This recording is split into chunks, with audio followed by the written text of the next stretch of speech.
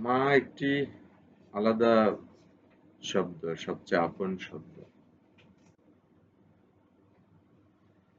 আমাদের সবার জীবনেই মা অতীব গুরুত্বপূর্ণ। সব মায়েদের কাছেই আমরা ঋণী।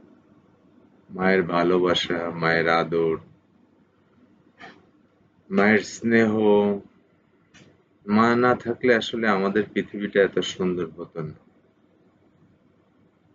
কল্পনাও করা যেত না। আপনারা ভাবুন তো, যার মা নাই সে আসলে কেমন আছে?